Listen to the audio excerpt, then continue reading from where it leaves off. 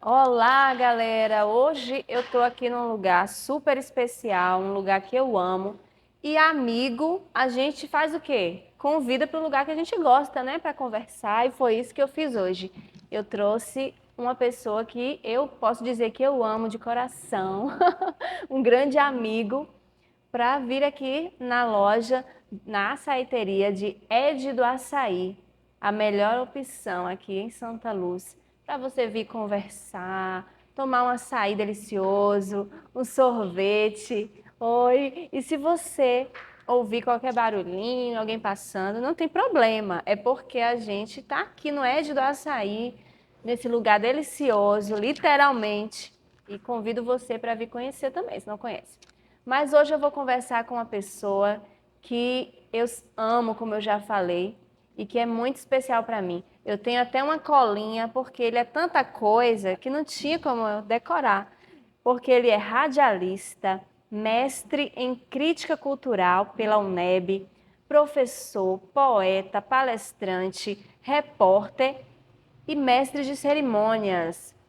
Muito boa noite, Edisvânio Nascimento. Muito prazer, é uma honra ter você aqui comigo. Raimara, querida, é um prazer enorme estar contigo também. A recíproca é verdadeira. É um prazer dizer também que sou seu amigo, que tenho um grande carinho, admiração por você. E, aliás, parabenizá-la pela iniciativa, pelo trabalho. Não porque está convidando este simples sujeito, mas é porque nós precisamos realmente de pessoas empreendedoras como você que tem desenvolvido esse trabalho tão oportuno e tão importante. E, ao mesmo tempo, já aproveitando também o gancho que você falava dessa questão de chegar, de haver qualquer ruído, qualquer movimento, isso que é bom, que dá vida, né? Dá sentido às coisas e percebe que o trabalho que você faz não é mecânico, é algo que dá a ideia de movimento mesmo, de vida. Isso é importante. Prazer estar aqui com você e espero corresponder à expectativa do que você está propondo. Tenho certeza que sim, viu? Para a galera do Bahia em Rede e aí do meu perfil que não conhece, Edisvânio é um grande comunicador que, na verdade, não é nascido em Santa Luz, veio de uma cidade chamada Quijingue, mas que fez história e continua fazendo aqui no município.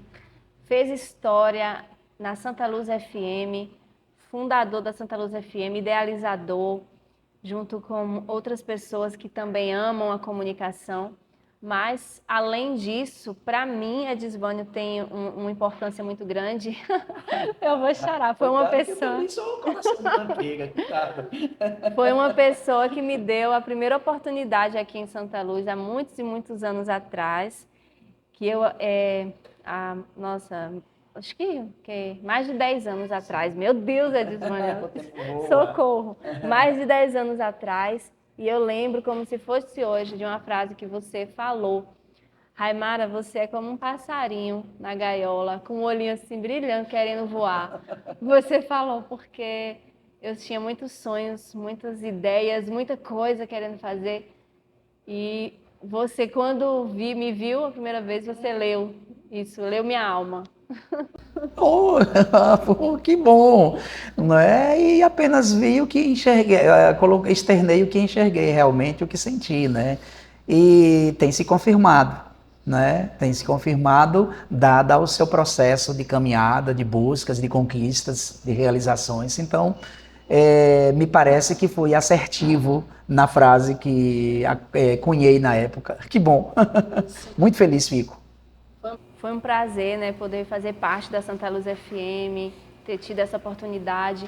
Mas você, além da comunicação, você tem uma grande obra, e tem grande obra, eu ia até trazer, mas eu pensei, será que ele vai levar ou eu levo 2 livros que você me presenteou? Você tem vários livros lançados.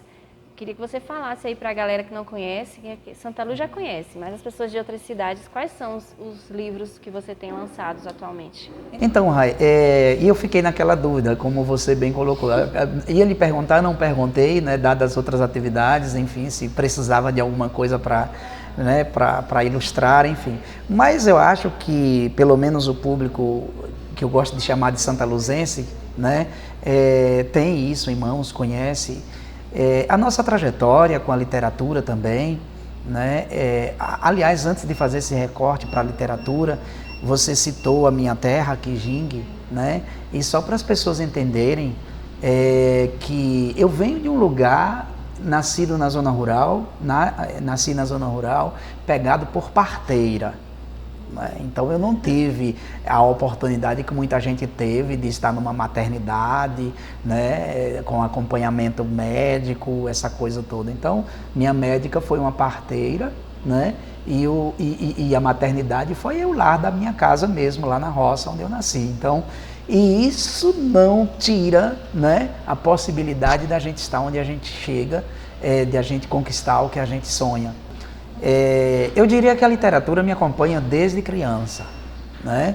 Porque eu aprendi a amar a literatura, a leitura, com as leituras que minha mãe fazia da literatura de cordel, né? Então ela sempre lia a literatura de cordel e eu posso dizer que eu fui alfabetizado também com a literatura de cordel, né? Me foi muito importante. E eu tenho orgulho também de dizer que sou cordelista, né? Às vezes as pessoas colocam uma estereotipação a literatura de cordel é de menos valor. Para mim é de maior valor, né?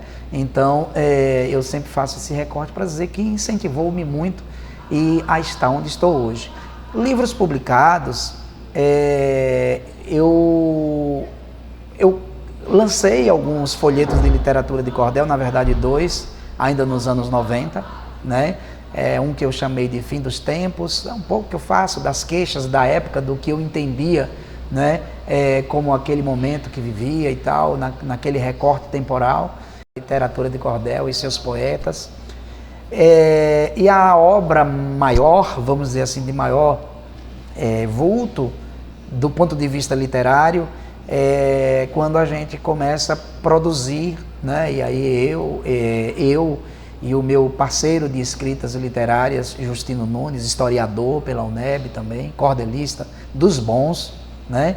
A gente preparou um projeto para o Ministério da Cultura, isto em 2018, né?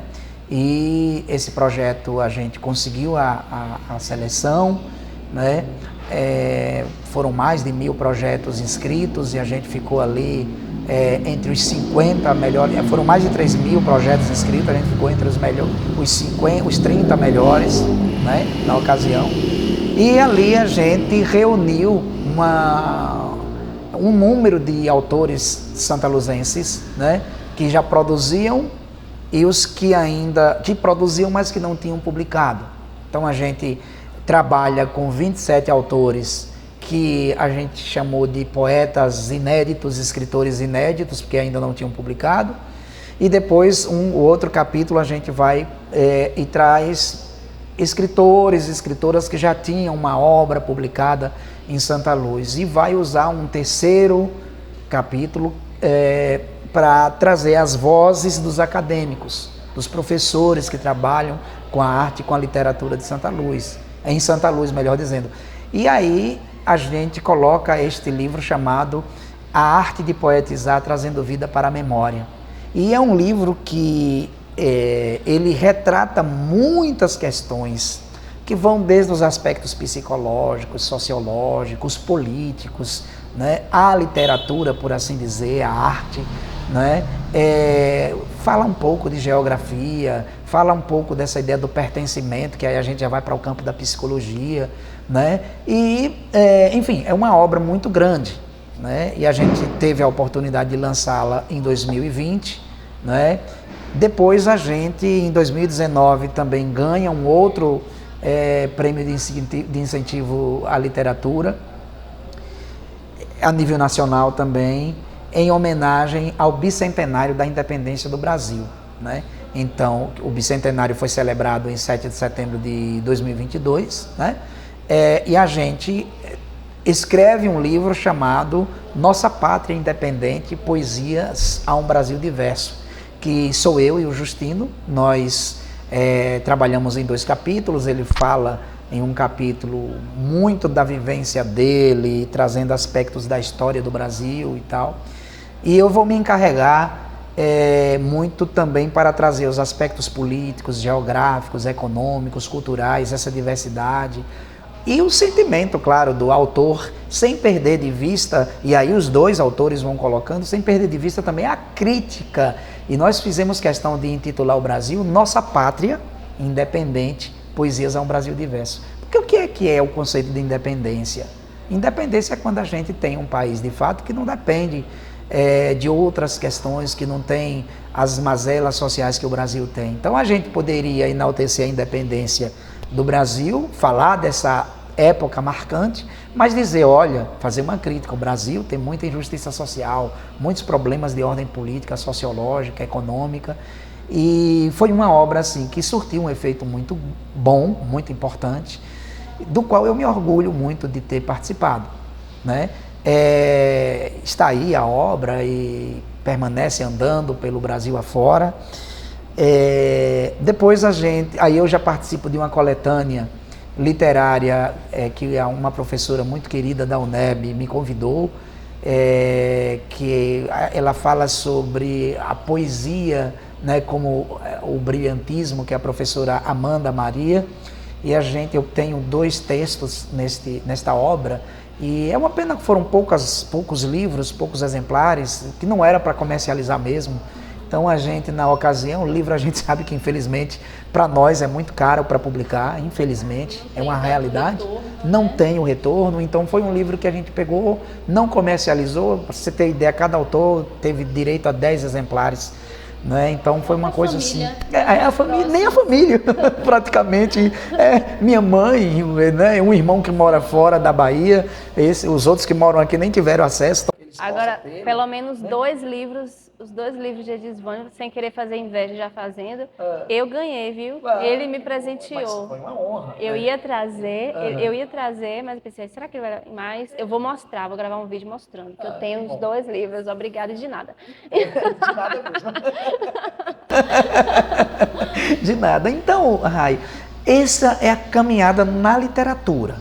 Porque aí também a gente tem uma outra caminhada, que é também produzir academicamente, né? Ou seja, eu produzir academicamente são livros, são obras que a gente está também caminhando, são artigos que a gente vai do ponto de vista mais científico, que eu falo sobre cultura, mas também já com uma pegada academicista.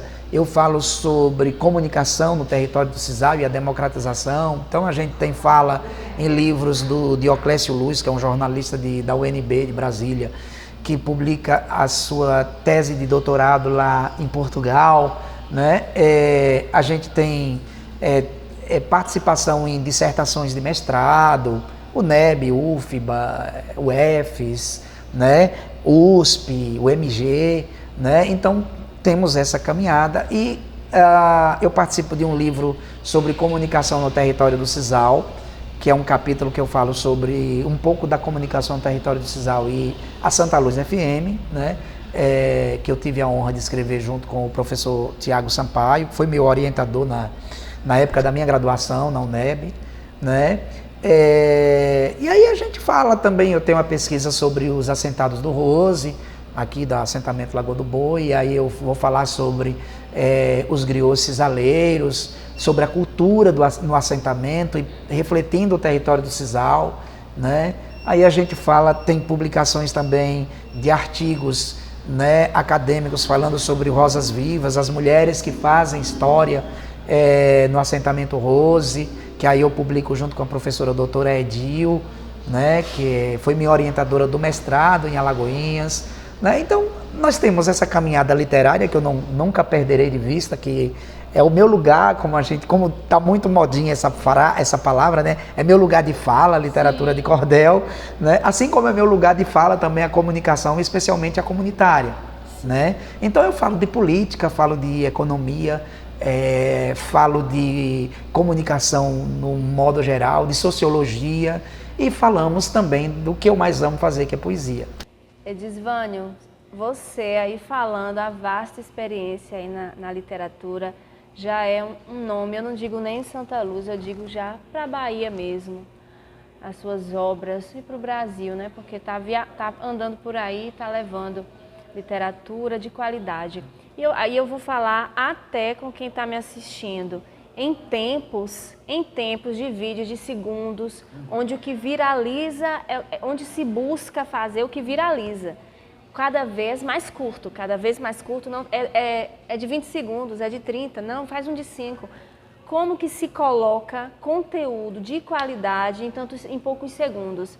Então eu quero deixar claro, o Bahia em Rede não busca vídeos para viralizar, não. Eu quero qualidade de conteúdo.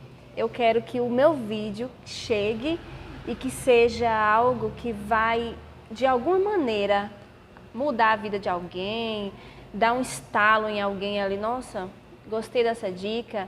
Então, seremos resistência em produzir conteúdo de qualidade, porque a rede social, a internet, ela abriu caminho ela deu voz a muita gente, ela deu voz a todo tipo de gente. E muitas vezes as pessoas estão buscando viralizar e muitas vezes sem buscar uma qualidade. Eu quero dizer que esse tipo de personagem, como Edisvane, como tantos outros que eu irei trazer, que já estou trazendo, são pessoas que realmente têm um conteúdo para agregar aqui para a gente. E para falar disso, eu quero dizer para quem não conhece, porque quem é de Santa Luz e região conhece, mas quem é de outras cidades aí longe, não sabe que esse cara tem história na comunicação. E eu quero saber como que você está sobrevivendo aí sem um programa diário, porque as pessoas já estavam acostumadas a acordar e ouvir a voz amiga, o conselho, aquela palavra ali. Tinha gente que esperava o dia inteiro só para ouvir a mensagem do dia. E já faz bastante tempo que você está fora do ar. Me fala, como que é essa realidade? Veja só, você trouxe vários elementos aí na tua fala, e citando o Bahia em Rede, por exemplo, desse cuidado com a qualidade. E eu sempre defendi exatamente este comprometimento com a qualidade. E eu não tenho dúvida, né, desse comprometimento teu, né?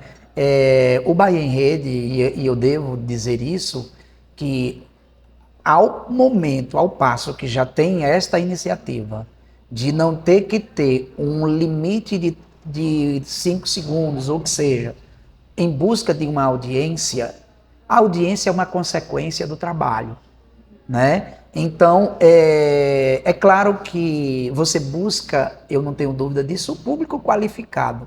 O que é o público qualificado? É aquele público que quer entender exatamente o sentido da humanidade, do fazer, né, esta diferença, este ato de resistência, como você disse. Porque é fácil você publicar qualquer coisa, né, e em busca do que eles chamam de views e likes. E eu já percebi que você não está nessa pegada e fico feliz agora porque a gente discutia exatamente isso lá atrás na rádio, quando a gente estava por lá, que era eu não me preocupava em ter quantos rádios estariam ligados na minha programação. Eu estava preocupado se aquilo estava surtindo algum efeito qualitativo, né? E no advento das tecnologias evoluindo, a internet, sobretudo, eu sempre penso o seguinte: nós temos um universo tão diverso que ele pode te elevar e pode te jogar no fundo do poço. E esse é o meu medo da rede social, da internet, porque tem muita gente boa e tem muita gente má, como em todos os lugares. Mas estão se aproveitando muitas vezes desse terreno, às vezes que parece uma terra sem lei, uma terra de ninguém, para cometer crimes em nome de uma liberdade de expressão que não é. Para cometer crime não existe liberdade de expressão, por exemplo. E eu sempre defendi isso por onde andei discutindo comunicação. Eu venho do núcleo de resistência. Eu fui de Grêmio Estudantil, aqui em Santa Luz, fui da militância de enfrentar secretário de Educação, de vários embates com o bom combate, defendendo o que é justo, não para fazer baderna, não para, né, desqualificar alguém. Fui para a rádio, ajudamos a fundar uma instituição que se consolidou, que está aí até hoje, né, exatamente defendendo a qualidade, defendendo o respeito aos princípios fundamentais os pilares fundamentais. Direitos humanos, direito à educação, direito a uma moradia digna, a um saneamento básico digno, a cultura, o acesso à cultura digna, que as pessoas possam, né, expressar as suas culturas e a sua diversidade, sem um proselitismo, né? E o pessoal falava, e você é de que partido? Se meu partido é uma comunicação democrática, né? Então, esta foi a minha trajetória durante o período que estive na comunicação, e até hoje, porque a gente deu um tempo, né, no meio de comunicação, no rádio. Foram quase 16 anos ininterrupto no ar, né? Depois eu entendi que eu precisava respirar outros ares e estudar mais, porque eu sempre defendi que a educação é a base de tudo, né? E depois, ao retornar, eu entendi também que estava na hora de dar um tempo para a instituição, que eu ajudei a zelar até onde o tempo que estive, e dar um tempo para mim para entender, a refletir e olhar as outras coisas, as outras possibilidades. Então, se você perguntar, é fácil fazer isso, esse movimento? Eu vou te responder que não é, porque você tem toda uma história, né? Tem toda uma história ali, e você tem que ter também, procurar ter sabedoria, que você está ali de passagem. Você não é a instituição. As pessoas passam, as instituições ficam. É como você for um prefeito, uma prefeita, um vereador. Você está ocupando aquele cargo. Você é um secretário de educação, de saúde, seja o que for, você está ocupando um cargo. Você vai passar, a instituição fica.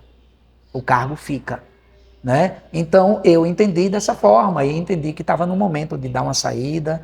Fui e adentrei num outro espaço que eu sempre também defendi e amei, que era e é exatamente a educação. E muito da comunicação eu utilizo hoje como ferramenta para trabalhar na sala de aula, né? Então isso me ajudou também, inclusive, neste processo de transição para um outro campo. Mas eu continuo lá com a ternura pela comunicação, o gostar pela comunicação. É a minha paixão. Eu diria que parece que quando eu fui gerado, já tinha um rádio dentro da barriga de minha mãe. Então, é uma coisa que eu não me desprendo. Eu amo, eu estou em casa estudando e estou ouvindo rádio, né? Estou ouvindo as emissoras de rádio do Brasil, algumas em castelhano, que eu gosto de ouvir, tentar compreender, porque me ajuda também a entender mais a língua, né?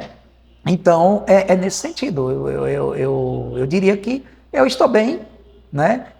Não vou dizer a você que não sinta saudade do microfone na mão, da pauta, da redação. Sinto saudade, mas eu entendo que não é o momento, e não foi o momento de... Assim, foi sofrido ter que romper. Não foi, porque eu tinha no meu eu, a decisão tomada de que eu precisava mudar de direção, de navegar por outras águas. Sim, e eu até falo, minhas filhas chegam em casa, né? Eu falei até para elas assim: Edisvânio vai ensinar vocês, as duas. Ensina as minhas duas filhas lá na escolação. Eu disse, quando elas falaram, eles sim. Eu falei, meu Deus, como vocês são privilegiadas. Porque vocês vão ter um professor maravilhoso. Maravilhoso, fiquei muito feliz. Eu disse, mas que honra para vocês, viu? Vocês serem alunas de Edisvânio. E agora, você falou aí de política. Eu queria saber, desde aquela época, né, que eu também trabalhava na rádio, as pessoas já comentavam muito, né, sobre essa questão política, né? Viam em você uma veia política e se sentiam representados, né, por você. Eu queria saber se você, em algum momento na sua vida, passou pela sua cabeça a vida política. Olha só, Rai, eu sou um político. A parte do pressuposto da ideia que vem do grego. Nós vivemos numa cultura que a gente aprendeu um pouco de história com a visão eurocêntrica, né? Então, eu sou um político no sentido mais orgânico da palavra, porque esse momento que a gente está aqui é um momento político, tá? Você está fazendo a política de uma comunicação de qualidade, de um comprometimento para levar conteúdo para a tua audiência qualificada, não é? Que as pessoas possam ter de fato, esse outro momento de não apenas pegar um recorte de 30 segundos, com todo respeito, né, aos youtubers por aí que fazem simplesmente preocupado com quantos likes vão gerar e views daquilo ali, mas você está entendendo e a tua audiência vai entender o que estou colocando. É uma política de uma comunicação que ofereça o outro lado, né? Então, respondendo especificamente a tua pergunta, eu disse mais cedo que eu venho da militância. Minha primeira militância é movimento estudantil. Então eu fui dirigente de Grêmio Estudantil, cheguei a ser presidente do Grêmio Estudantil, no tempo que o Senos era a escola que foi, né? Que você tinha um universo até o ensino médio, terceiro ano. Foi lá que eu concluí o ensino médio. Então era uma escola que era uma cidade, em comparação em quantidade de estudantes que se tinha, era uma cidade de pequeno porte que se tem por aí no Brasil hoje, quando você compara em quantidade de alunos que tinha, né? E ali eu experimentei esse lado importante. Depois eu vou para a militância em rádio comunitária. Participei de vários eventos, Bahia fora, né? Tive a oportunidade de visitar, de estar em outros países da América do Sul, exatamente falando sobre a comunicação comunitária. Apanhei em Brasília com bala de borrachada, né? Defendendo o movimento de radiodifusão comunitária. Nada disso me entristece. Eu falo isso com felicidade para dizer, olha, tem marcas nossas disso daí, né? O curso de comunicação social da UNEB, em Conceição do Coité, a gente brigou para tê-lo. E eu tenho a felicidade de dizer que o DA, a sede do Departamento Diretório Acadêmico da UNEB em Coité, leva o meu nome exatamente por um reconhecimento daquilo que nós fizemos, não fui eu, nós fizemos, né? Entenderam na época que deveriam me homenagear, me senti feliz, chorei muito de felicidade e procuro zelar esta marca que ficou, né, para mim. Então, na política especificamente partidária, né, que a tua pergunta vai a essa direção também, veja só, a minha vida, a maior parte da minha vida é vivida aqui em Santa Luz. Eu tenho um olhar que Santa Luz ela tem um problema, né, como muitas outras cidades do interior da Bahia tem. Santa Luz tem um problema que ela se divide, infelizmente, em dois polos partidários. E que, às vezes, eu vou tomar, que eu não vou citar o nome, mas vou citar, eu vou sentir a vontade para citar. A professora Jussara Secondino, que é uma querida, ela sempre diz que Santa Luz tem a metáfora, ela usa a metáfora da linha do trem, a linha férrea. Então ela se divide. De um lado está um grupo, do outro lado está outro. Proju, me perdoe se eu estiver falando bobagem, mas é mais ou menos assim. Então eu vejo nessa direção também, né? E às vezes você se colocar dentro desse universo é muito complicado. É muito complicado. Por quê? Porque você, o tempo inteiro, você está sendo taxado de alguma coisa que aquele ideal que você tem de proposição realmente, de fazer as coisas de forma diferente, desses vícios que nós temos, tanto de um lado A quanto do lado B, já é um incômodo, tanto para o lado A quanto para o lado B. Então você tem dificuldade de se colocar como uma terceira, como chama uma palavra modinha hoje, como uma terceira via. E eu não me coloco como terceira via. Se eu fosse me colocar um dia na política, eu me colocaria como a primeira via. Porque eu não me igualo aos outros. Né? E eu tenho dificuldade exatamente disso. Por quê? Porque às vezes o político aqui em Santa Luz, ele está muito olhando para o seu umbigo. Né? Então é a coisa do jeitinho, é aonde eu tenho mais vantagem, né? Como é que vai ser determinada coisa. Hoje tá bom aqui, então eu arrumei tal coisa, então aqui tá bom. E tô xingando aquele que me acolheu o tempo inteiro. Daqui a pouco eu já volto a adular o outro e começar a xingar aquele que estava aqui. E eu não nasci para isso. Eu sou de pensar que tudo deve acontecer por mérito. Né? O político, ele tem que olhar e para o profissional com a qualidade que tu tens. Ah, mas tu não votaste em mim. Tá bom, você não votou em mim, mas eu quero saber quais são as qualidades que você reúne. Porque eu não penso em fazer na política que é essa política do favorecimento. Então, enquanto eu conseguir enxergar só essas questões, entender a política como sentido amplo, um sentido orgânico, de entender que política é defender um projeto de nação, e eu olhar para os políticos e ver que eles não têm projeto de nação e que eu vou ser uma voz ecoando sozinha, então eu prefiro ater-me aos estudos, tentar contribuir com o pensamento, com as ações sociais, sem ter que me meter neste lugar que infelizmente ele às vezes é fétido, né? E eu não quero me impregnar com isso. E depois, se eu fosse um dia me envolver, eu não entraria de qualquer jeito.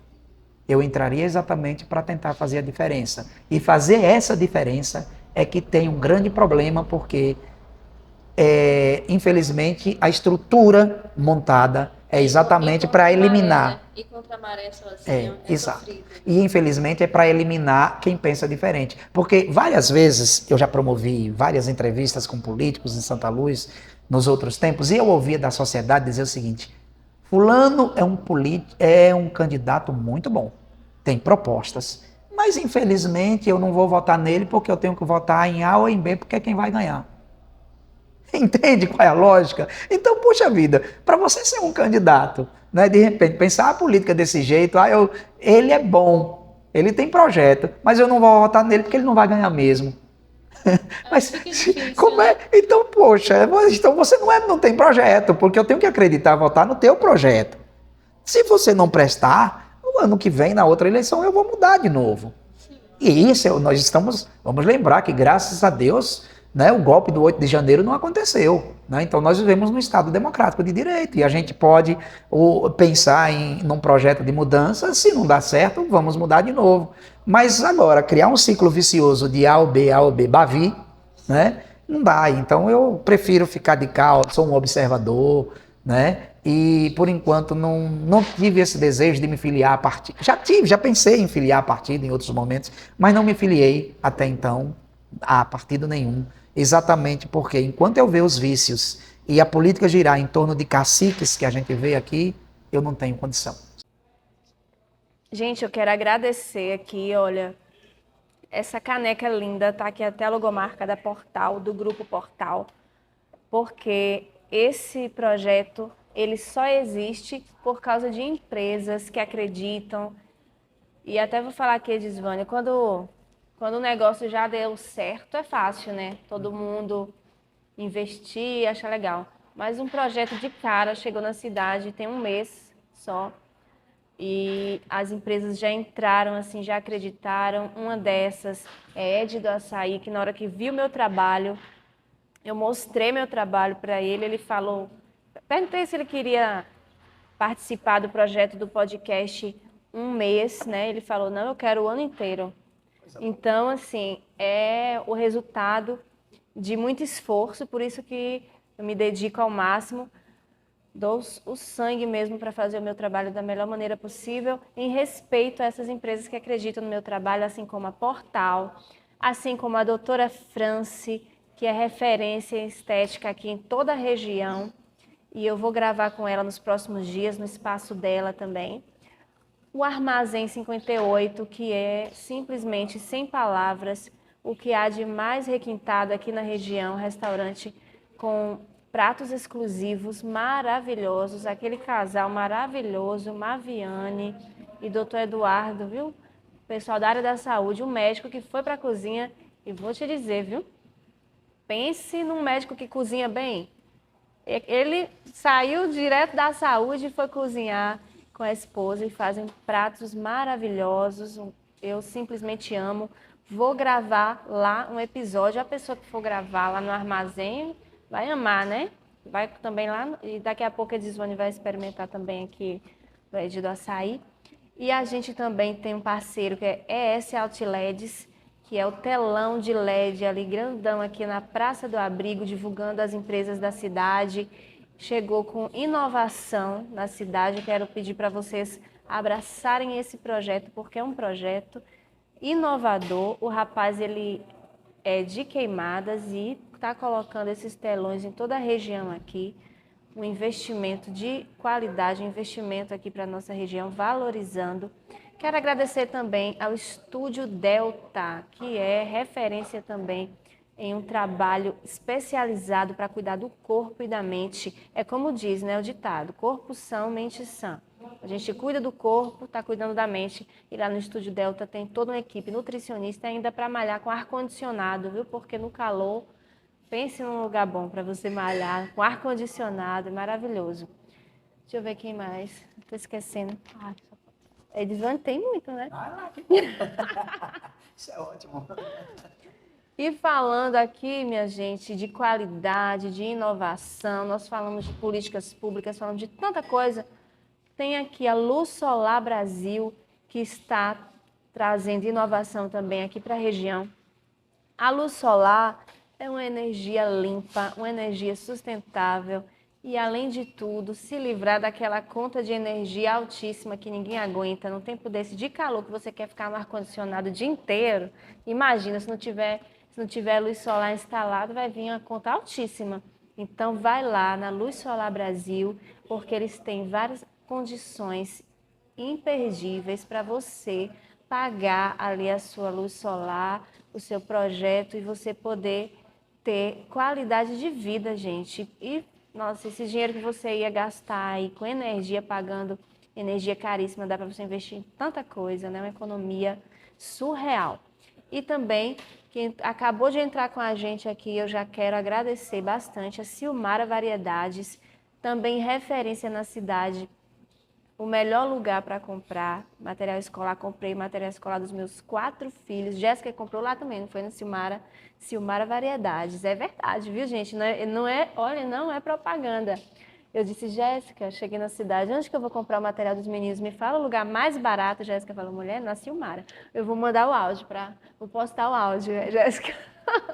É verdade, comprei o material e economizei bastante. Mas eles também têm a loja com variedade de utilidades domésticas e a Mil Modinhas com roupinhas maravilhosas, lindíssimas para a criançada, que ainda por cima quem faz a propaganda lá em áudio é a Edisvânia. Não é? Você passa na loja, tá lá a voz de Edisvânia, Mil Modinhas. Então, tá? Pois meu filho está ecoando ainda está ecoando. E a gente já está chegando ao final, porque estamos aqui. Não é de dar açaí, daqui a pouco a menina vai fechar com a gente aqui dentro. Mas eu quero entrar em uma pauta. Todo podcast tem pautas muito de superação. E você é um ícone. É uma pessoa, tem uma frase que fala assim: você não é o seu diagnóstico. E a Edisvânia é uma pessoa tão rica em conteúdo que a gente chegou aqui, a gente falou de 1 milhão de coisas e teria mais outro 1 milhão de coisas para falar. A gente passa aqui 5 horas falando. E a última coisa que a gente vai pensar em falar é sobre um diagnóstico antigo, né, Edisvânia, que você tem um problema de visão, que você tem a visão reduzida, mas isso não foi desculpa para você se aquietar e dizer, oxe, eu não posso, é porque eu tenho isso, eu não vou fazer aquilo. Não, você fez a diferença, E eu queria que você falasse um pouquinho sobre essa história de superação na sua vida. Então, Rai, veja só, você estava falando aí, disse assim, eu não posso, aí eu me lembrei daquela frase que, pensando positivo, eu posso, eu devo, eu consigo. Então, eu deveria colocar também, eu não posso me acomodar, eu não devo me acomodar e eu não consigo me acomodar, né? Então, e foi nesse sentido, né? Eu tenho uma questão de baixa visão, né? Cientificamente, tem um dos problemas é chamado hipermetropia, né? O outro, astigmatismo, que vai se juntando, que define como baixa visão.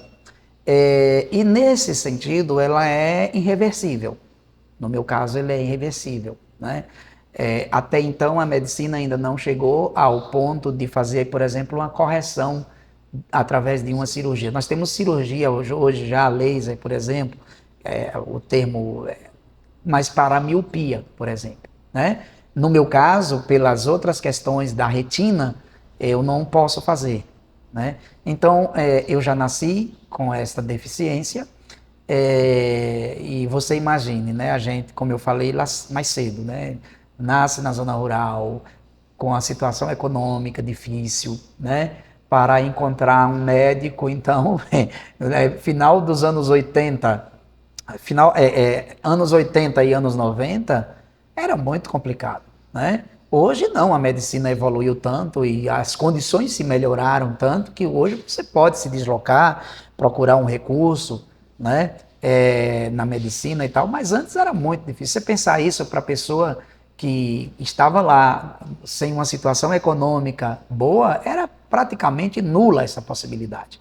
Mas isso não foi motivo em nenhum momento para desistir dos meus sonhos, dos meus objetivos, desistir de estudar. Você tem noção, diante de todas as questões enfrentadas, eu só consegui concluir o ensino médio com 23 anos de idade.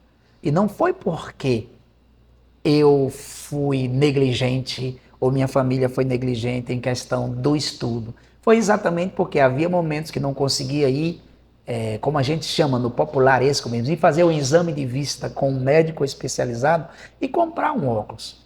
Foi exatamente por isso.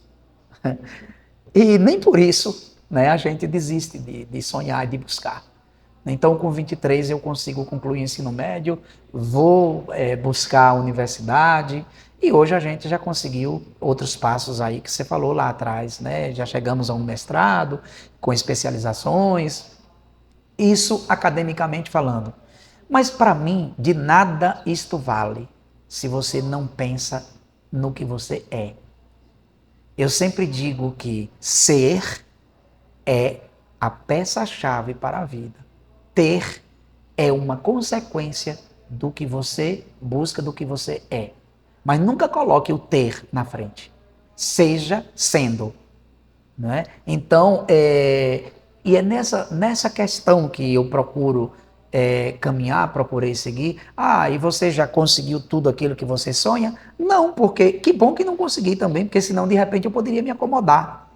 Né? Porque quando você acha que já realizou tudo, de repente você pode sentar nesta possibilidade e desistir e de repente se tornar um ser egoísta. Já basta que somos egoístas aqui e ali, estamos cometendo nossos egoísmos. Imagine. Então eu sempre procuro estabelecer algumas questões. A humildade, ela deve estar à frente de tudo. Humildade não significa ser bobo.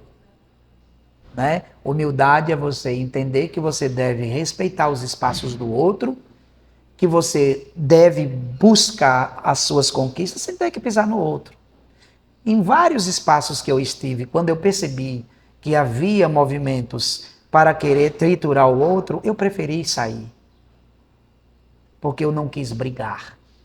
Porque se eu não conseguir estabelecer um diálogo para construir as coisas, na briga eu não vou, a não ser que seja algo que venha violentar a mim, me prejudicar. Eu não vou permitir, sob hipótese nenhuma. Como não baixo a cabeça em lugar nenhum, entro de cabeça erguida em todos os espaços, porque eu procurei exatamente conquistar este espaço. E eu digo para os meus alunos hoje, sempre eu digo a eles, olha, sejam o melhor de vocês. Sejam e deem, procurem dar o melhor de vocês. Seja qualquer profissão que vocês escolherem, médico, advogado, promotor, juiz, radialista, jornalista, professor, deem o melhor de vocês. Agora, nunca percam de uma coisa. Ser profissional não é só ser profissional, é ser humano. Nunca percam a ternura de vocês. E eu procurei não perder essa ternura. Tive vários motivos, em alguns momentos, talvez, para me tornar um ser amargo. Pelo preconceito, por aquilo que chamavam de arrelias lá atrás, que chamam de bullying hoje. Né? Então, por várias questões, mas eu procurei entender que eu era maior que tudo aquilo. Não maior no sentido egoísta, de achar que arrogante, mas era de entender que todo aquele desafio ia me tornar mais forte. E penso que me tornei. Né? Então, estou aqui hoje contando essas histórias que eu espero que em algum momento possa, quem sabe, servir de inspiração para algo, e se não servir, mas que pelo menos diga, olha, aquilo que ele disse tem algum sentido, aquilo que ele disse não tem, não tem sentido nenhum. Só o fato de não ter sentido nenhum já vou estar ajudando muito, porque a pessoa vai dizer, eu não quero ser nada daquilo que ele disse, porque então eu já estou os incentivando a caminhar por outro caminho. Então isso também é bom.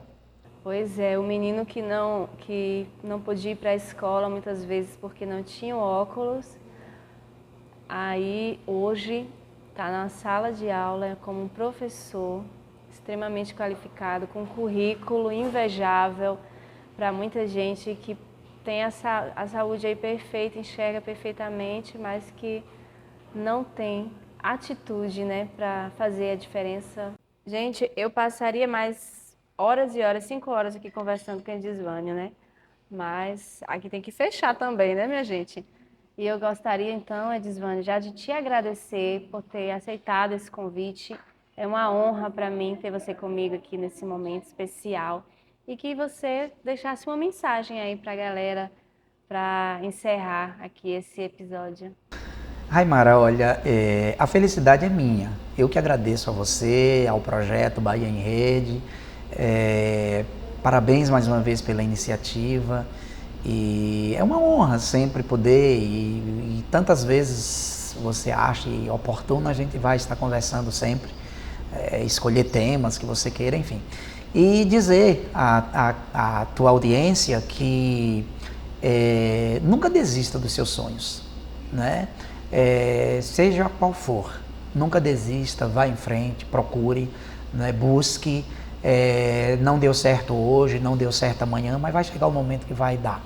Eu sempre brinco com o poeta Justino que a gente só sabe se o barro cola na parede se a gente jogar, não é?